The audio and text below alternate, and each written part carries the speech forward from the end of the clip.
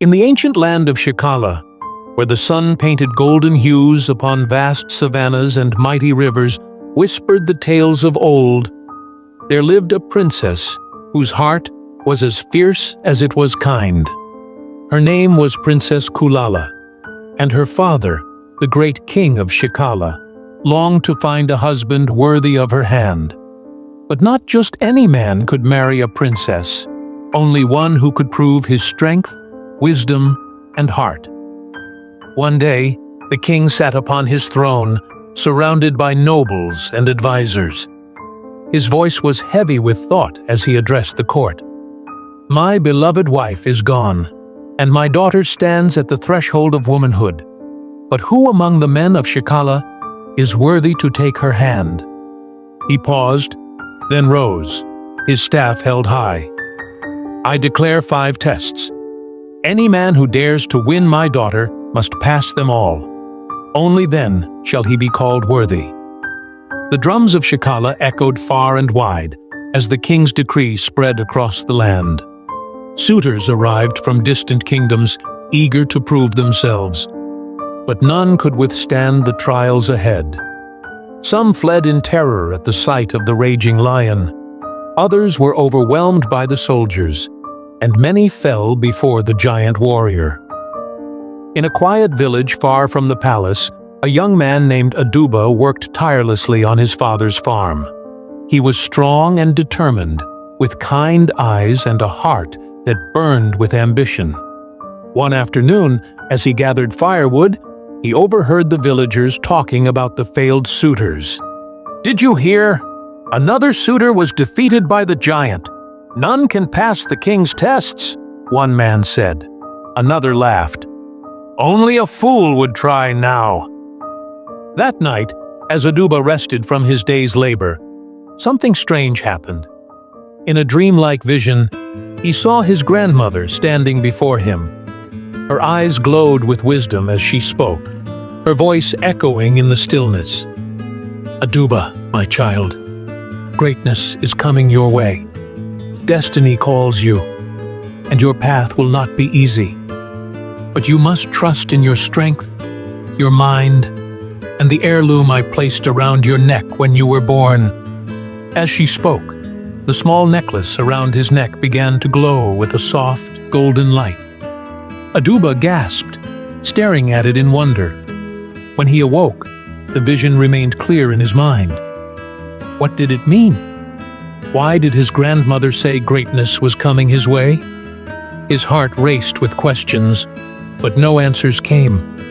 The next morning, as he walked through the village, he heard the men discussing the opportunity to marry the princess. His heart pounded. Could this be the destiny his grandmother spoke of? But how could a simple farmer like him hope to defeat lions, soldiers, and giants? As he pondered his chances, the necklace around his neck glowed again. A strange calmness filled him, and in that moment, he knew he had to try. No matter the obstacles, he would not turn back. Determined, he set out for the palace. The first test awaited him deep within the jungle. A raging lion whose roars shook the trees. Armed with nothing but a spear and unwavering courage, Aduba stepped into the beast's lair. The battle was fierce. The lion lunged, claws tearing through the air, but Aduba dodged with swift precision. He struck with his spear, using every ounce of strength and strategy. At last, the mighty beast fell, but not without leaving wounds upon his skin. Bloodied but unbroken, Aduba emerged victorious.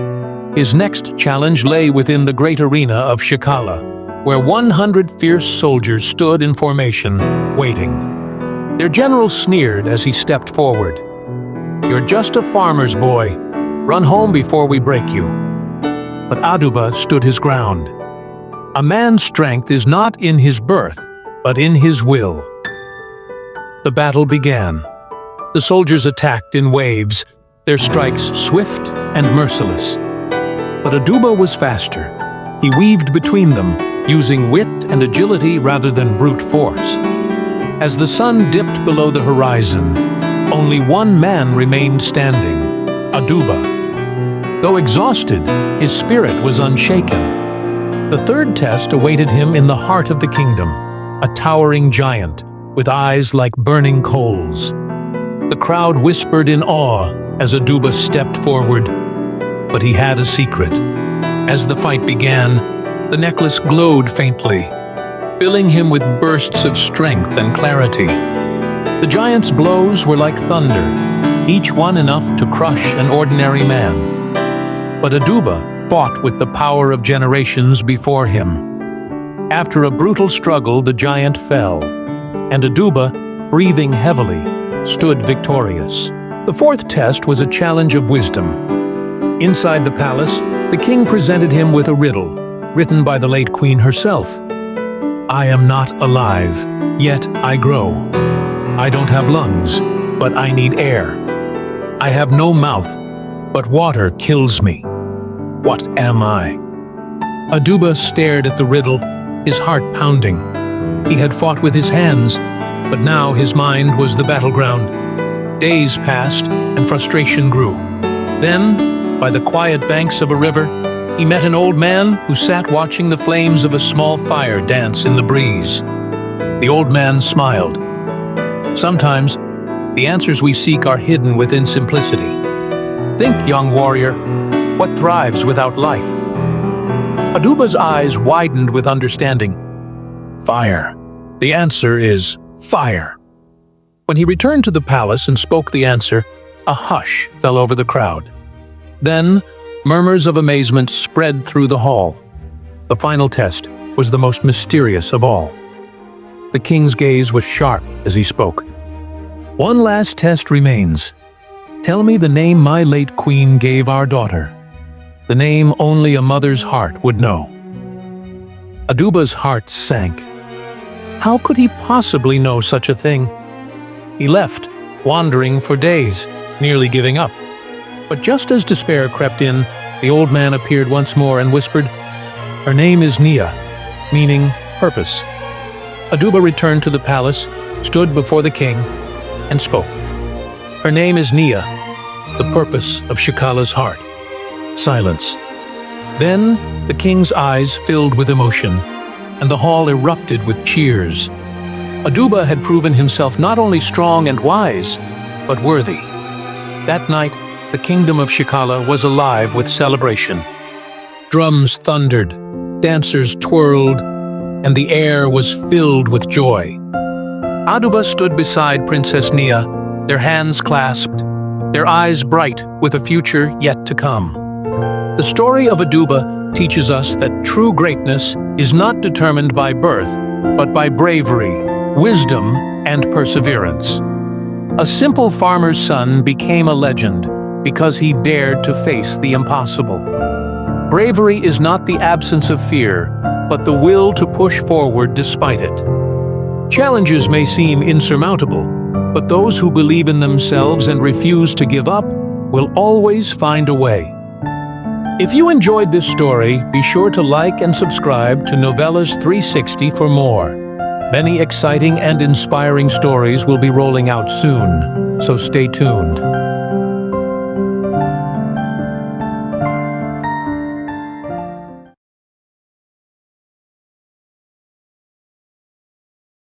Aduba, the King and the Trials. The kingdom of Shekala rejoiced. Drums echoed through the land, and laughter filled the air as Aduba, the farmer's son turned warrior, sat beside Princess Nia, his wife and queen. The people danced, feasted, and sang songs of his triumph. It seemed that peace had finally come. But in the depths of the night, beneath the shadows of the grand palace, a sinister plan was already in motion. The great king of Shikala, Nia's father, slept soundly in his chambers. The moon cast a silver glow over his peaceful face, until darkness took him. An unseen hand, swift and merciless, wrapped around his throat. No screams were heard, no struggle lasted long. Within moments, the king was dead.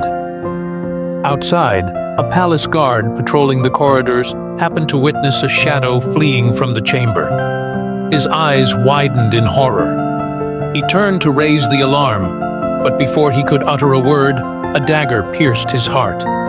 He fell lifeless to the cold stone floor. At dawn, the palace awoke to wails of sorrow. The king was gone. The kingdom mourned, but the coronation had to continue. And so, amidst grief and uncertainty, Aduba was crowned the new king of Shekala. Days turned into weeks, and in that time, Queen Nia shared joyful news. She was with child. The people of Shikala celebrated once more, for an heir would soon be born. But among the well-wishers was a man whose heart was filled not with joy, but with jealousy. Tafari, the late king's right-hand man, had spent years dreaming of the throne. He had advised the king, stood beside him in war. Yet now a farmer's son wore the crown. And worse, a child was coming to solidify Aduba's rule. On one peaceful night, Queen Nia vanished. When Aduba discovered her disappearance, his fury shook the palace. "Find her!" he commanded. But then, a whisper spread through the court, one that made his blood run cold. The law of Shekala states that if a king does not sit upon the throne for 3 days, he must forfeit it. A trap had been set. If Aduba left to find Nia, he would lose his kingdom. If he stayed, he would lose his wife and unborn child. He made his choice without hesitation. "I will bring her back," Aduba declared, "and I will return before the sun sets on the 3rd day." The kidnappers had taken Queen Nia deep into the wilderness, beyond the cursed lands where few dared to tread. To reach her, Aduba had to face 4 impossible trials. Aduba arrived at a river that seemed to flow with darkness instead of water. A voice whispered from its depths, "Step forward, and you shall drown in eternal night." He hesitated until his glowing necklace pulsed against his chest. He remembered his grandmother's words, "Trust in the heirloom." He held the necklace before him, and as its golden light touched the water, a hidden path of stones was revealed beneath the surface. He crossed safely, leaving the whispering darkness behind. A labyrinth stretched before him, guarded by monstrous serpents. Their golden eyes gleamed as they slithered, waiting for him to make a wrong move. With each turn, Aduba listened, not with his ears, but with his heart. The whispers of his ancestors guided him, and he moved swiftly through the maze, escaping the deadly fangs that lurked in the shadows. Beyond the maze, ghostly warriors emerged from the mist, weapons raised. They did not speak, only attacked. Aduba fought bravely, but for every warrior he struck down, another took its place. He realized this was a trial of endurance. He could not win through battle. He had to outlast them. So he stood, unyielding, as the phantom struck at him again and again. With each blow, he gritted his teeth and endured, until at last, the spirits faded into nothingness. The final challenge before reaching Nia was the deadliest. A towering mountain spewed flames, its peak unreachable. But he had no choice. He climbed. Fire lashed at his skin. Smoke choked his lungs. With every step, he felt his strength fading. And then, the flames consumed him. He collapsed. Darkness took him. But in that darkness, he heard a voice. Soft, familiar, full of love. Aduba. Nia. Her voice called him back from the brink. His eyes opened, and he gasped as the flames receded. The mountain had tested his will to live, and love had pulled him through. At the mountain's peak, a figure awaited him. His grandmother. But she was not as he remembered. She stood in a ghostly form, her presence both familiar and otherworldly. She smiled, eyes twinkling with knowing. "You have done well, my child." Aduba dropped to his knees. "Tell me, grandmother, who took Nia? Who killed the king?" Her expression darkened. "The man you trust most, Tafari. He sent men to steal the queen and take your throne, and it was he who strangled the king in his sleep." Aduba's heart pounded with rage. "Where is Nia?" His grandmother pointed. "Beyond the flames. Go and finish what was started." With renewed strength, Aduba raced forward. He found Nia bound but unharmed. When the men guarding Nia saw Aduba, they fled. The moment she saw him, tears filled her eyes. "You came." He cut her bonds. "Always." They returned to Shekala just in time. Tafari stood before the throne, waiting to be crowned king. The people watched in uncertainty until gasps filled the air. Aduba had returned, and he was furious. With a single throw, his spear flew across the hall, striking Tafari in the side. The old man crumpled, clutching his wound. Blood seeped between his fingers. "The king was murdered," Aduba declared, "and this man is the culprit." Tafari, wounded but alive, coughed as the weight of his actions bore down on him. With the eyes of the kingdom upon him, he confessed everything: the treachery, the greed, the murder of the king. As punishment, Tafari was banished from Shikala, never to return again. His name would be spoken only as a warning, a tale of betrayal and downfall. The kingdom was shaken, but justice had been served. Aduba took his rightful place as king, and by his side, Queen Nia flourished. Months later, their child was born, a prince, strong and healthy. The people cheered, knowing that Shekala's future was secure. And thus, the legend of King Aduba lived on, a tale of courage, love, and destiny fulfilled. King Aduba's story teaches that true love requires sacrifice, as he risked everything to save Nia. His perseverance through impossible trials shows that those who never give up will always find a way. Wisdom and guidance can lead us through challenges, just as Aduba trusted his ancestors' knowledge. Justice prevails in the end. Tafari's betrayal was exposed, proving that truth always comes to light. Most importantly, true leadership is earned through courage and integrity. Now, we would love to hear from you. What lesson did you learn from this story? Share your thoughts in the comments below. And if you enjoyed this tale, don't forget to like, subscribe, and turn on notifications for Novellas 360 so you never miss a new story.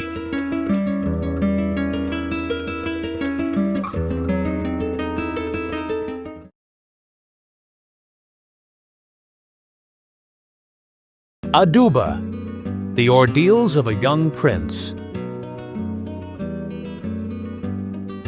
6 years had passed since the fall of Tafari and the restoration of peace in Shikala. King Aduba and Queen Nia ruled with wisdom and strength, and their son, Prince Ilanga, grew up in the warmth of their love. But despite Aduba's triumphs, whispers still crept through the kingdom. Doubts about his worthiness, about whether a farmer's son truly deserved the throne. These murmurs reached the ears of his mother, who carried the burden in silence, her heart heavy with worry. On Ilanga's 6th birthday, King Aduba summoned him to the royal chambers. Sitting upon a carved wooden throne was an object wrapped in deep blue cloth. With steady hands, Aduba unwrapped it, revealing an ancient heirloom, a golden medallion with symbols older than the kingdom itself. "This belonged to your great-grandmother," Aduba said, his voice firm but gentle. "She once told me that when the time came, this would guide the next true ruler of Shikala." The young prince took the heirloom, staring in awe as the golden surface shimmered under the torchlight. It felt warm in his small hands, as if alive. He didn't yet understand its significance, but he nodded, vowing to treasure it. 4 years later, the kingdom erupted in celebration. The festival of ancestors had arrived, a time when the people of Shikala honored those who came before them. The village square bustled with music, dancing, and feasts. Children ran through the streets, their laughter ringing through the air. Among them was Prince Ilanga, his curious spirit leading him beyond the crowds. He spotted a vibrant butterfly, its wings flashing like embers in the sunlight. Entranced, he followed it, weaving through the trees at the village's edge, his small feet barely making a sound against the earth. But the butterfly led him farther than he realized. The joyous sounds of the festival faded behind him, replaced by an eerie stillness. The trees thickened, their twisted branches reaching out like clawed hands. Cold wind whispered through the air. The prince had unknowingly wandered into the one place no child or man dared to enter: the evil forest. The same cursed land that had once tested his father now loomed around him. Panic surged in Ilanga's chest as he turned to run, but the path behind him had vanished. Then came the voices. Low, guttural whispers slithered through the air, unseen but everywhere. Figures flickered in the mist, their hollow eyes watching. A deep chuckle echoed through the trees. A child of the throne dares step into our domain? The ground beneath him trembled. Shadows shifted, forming into monstrous shapes. Prince Ilanga clenched the heirloom in his palm, his heart pounding. He remembered his father's stories, the ordeals he had faced. He was just a boy, but he was a prince of Shekala. He would not cower. From the darkness, spectral hands reached for him, their cold touch threatening to drain the life from his body. Ilanga closed his eyes and clutched the medallion, feeling its warmth spread through him. When he opened them, the ghosts recoiled, hissing as golden light erupted from his hand. The spirits faded, their whispers turning to wails before silence returned. Now a path appeared before him, splitting into 3. From each path, a voice called out. His mother, his father, his grandmother. Come this way, Ilanga. No, my son, it is this way. Follow me, child. I will take you home. Fear crept into his heart, but then he heard a softer voice, one not coming from the paths, but from within him. It was familiar, soothing. Do not follow the voices, follow the light. His great-grandmother. He looked down at the heirloom, and as he focused, a faint glow pointed toward the true path. He took a deep breath and stepped forward. The false voices screamed and vanished into the darkness behind him. A great beast with eyes like burning coals and a body as large as an elephant stood blocking his path. Its growl rumbled like thunder, shaking the very earth beneath the young prince's feet. Ilanga's heart pounded. He had no weapon, no armor, only the heirloom hanging from his neck. He turned, ready to flee, but then a voice echoed through the wind, ancient and powerful. The blood of the king over all. Something inside him shifted. The fear that had gripped him melted away. He was not just a child lost in the forest. He was a prince of Shekala, the heir to a legacy of warriors and rulers. He stopped running. Turning back to face the beast, he took a deep breath, clenched his fists, and stepped forward. I am the son of Aduba, king of Shikala. The blood of the king commands you. Kneel before me. His voice, though young, carried the weight of kings before him. It rang through the trees like a war drum. The beast let out a guttural snarl, its eyes narrowing. For a moment, the prince thought it would pounce. But then, something incredible happened. The fire in the beast's eyes dimmed. its massive head lowered. With a deep, shuddering breath, it bowed. The forest fell silent. Even the wind seemed to hold its breath. Then, from the shadows, his great-grandmother emerged once more, her ethereal form shimmering like mist. She smiled. "You have done well, my child. You have proven yourself worthy, not just of the heirloom, but of your birthright." The prince looked at her, breathless. "What now?" Her gaze shifted to the beast. "Take it home." His eyes widened. "Home? To the festival?" She nodded. "Let them see who you truly are. Let them know a king's blood runs through your veins." The prince hesitated only for a moment before stepping toward the beast. Slowly, he placed a hand on its mighty head. To his amazement, it did not resist. Instead, it lowered itself further, as if inviting him onto its back. With a determined breath, the prince climbed onto the beast. It rose beneath him, its powerful muscles shifting as it stood tall.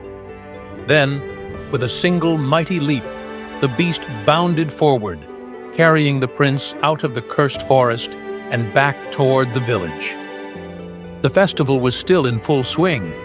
The people of Shikala laughed, sang, and danced, until a shadow loomed over them. Gasps filled the air as the crowd turned. Riding through the village square was the young prince, seated atop the great beast. Its glowing eyes scanned the astonished faces, but it did not harm a soul. It only obeyed the boy who had tamed it.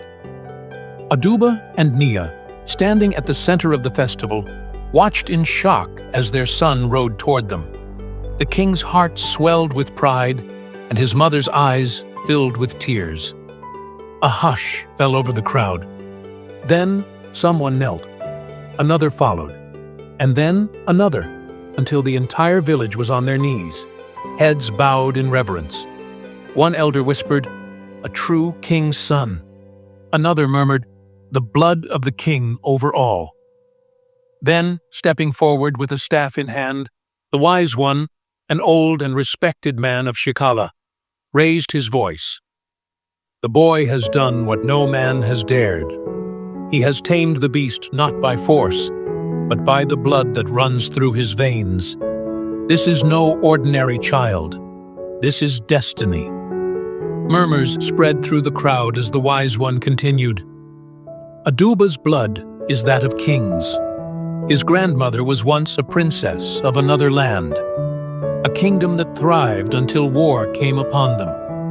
The invaders sought a treasure, a medallion of great power given to the princess by her father, the king, before he breathed his last. As the kingdom fell and her sister perished, she fled, carrying the medallion and the legacy of her people with her. In her new land, she found love in a humble farmer, choosing a life of peace over power. From that union came the lineage that led to Aduba, and now to this boy. It is through that medallion, through the unbroken line of royal blood, that the prince was able to command the beast. The revelation sent a ripple through the gathering. The whispers of doubt that had once surrounded Aduba's rule faded like mist. At that moment, there was no doubt left in anyone's heart.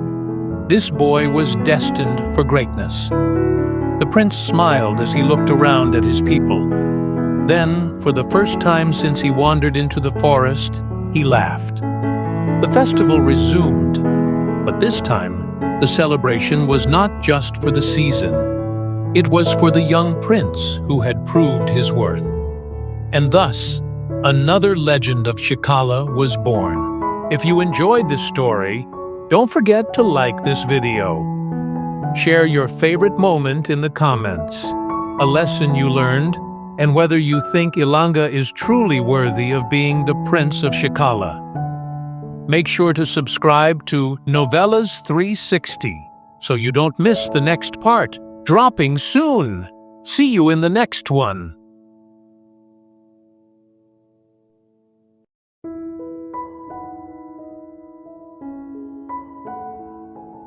Years had passed, and the young prince Ilanga had grown into a man of honor, strong, wise, and admired throughout the land of Shekala. The people spoke of his courage, his kindness, and the fire of royalty that burned in his blood. Now, it was time for him to choose a bride. To mark the moment, King Aduba declared a royal ceremony, the Dance of the Maidens, inviting daughters of noble blood and humble homes from every tribe in Shikala. The palace grounds shimmered that evening, lit by torches and decorated with colors from every corner of the kingdom.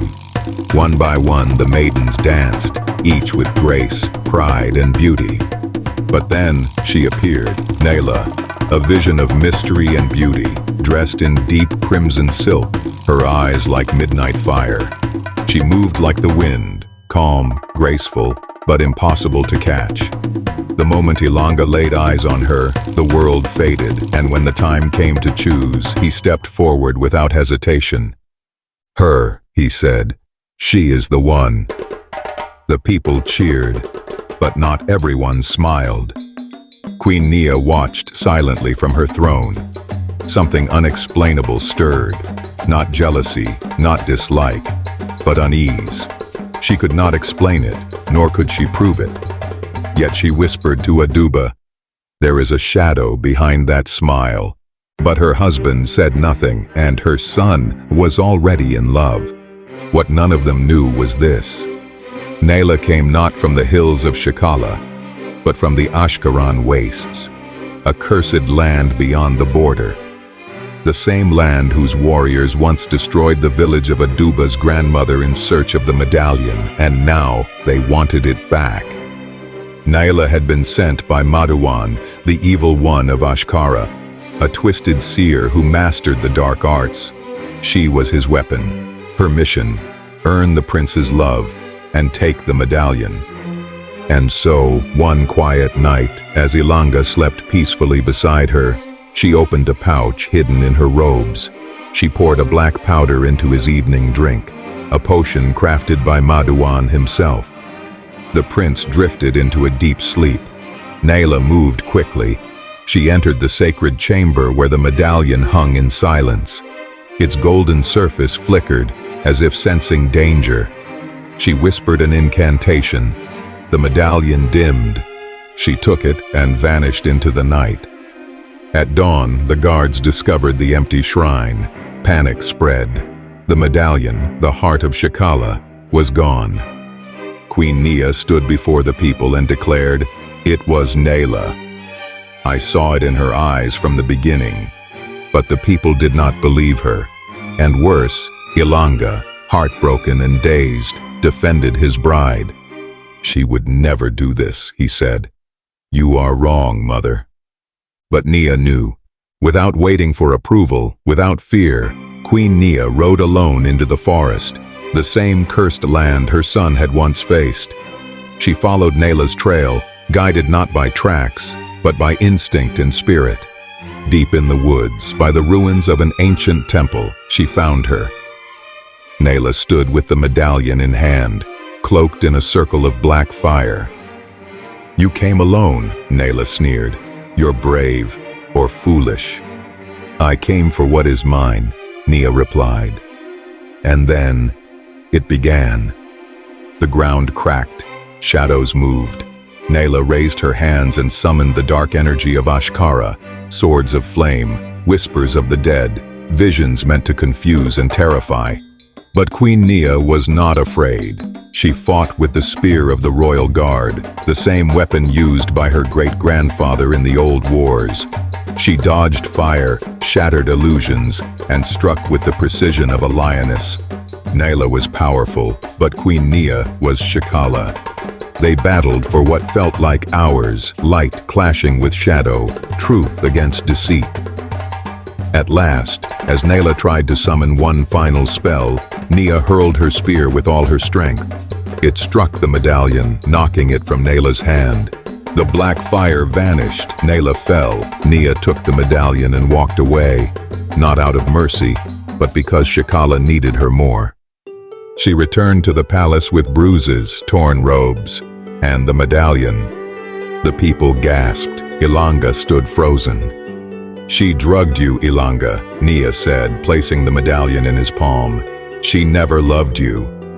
She came for this." Silence fell. The prince trembled. Then, slowly, he dropped to his knees before his mother. "Forgive me," he whispered. "You were right." Nia pulled him into her arms. "A mother knows." And the people of Shekala cheered, not for victory, but for truth. The medallion was restored, the kingdom was safe, and Queen Nia, the silent strength behind the throne, became legend. But far across the border, in the halls of Ashkara, Maduan's fury boiled. Naila was dragged before the Council of Shadows, her failure laid bare. Banished and cursed, she was cast into exile. Yet even as she vanished into the wilderness, Maduan turned to his followers and said, "If one weapon fails, another shall rise. We will take the medallion, we will take Shikala, and this time, we will not send a failure. I myself will go." To be continued. And if you enjoyed this story, don't forget to subscribe to Novellas 360. Here, we bring you powerful African stories filled with drama, courage, and triumph. Tales that keep our heritage alive. Stay tuned, because more breathtaking chapters are on the way.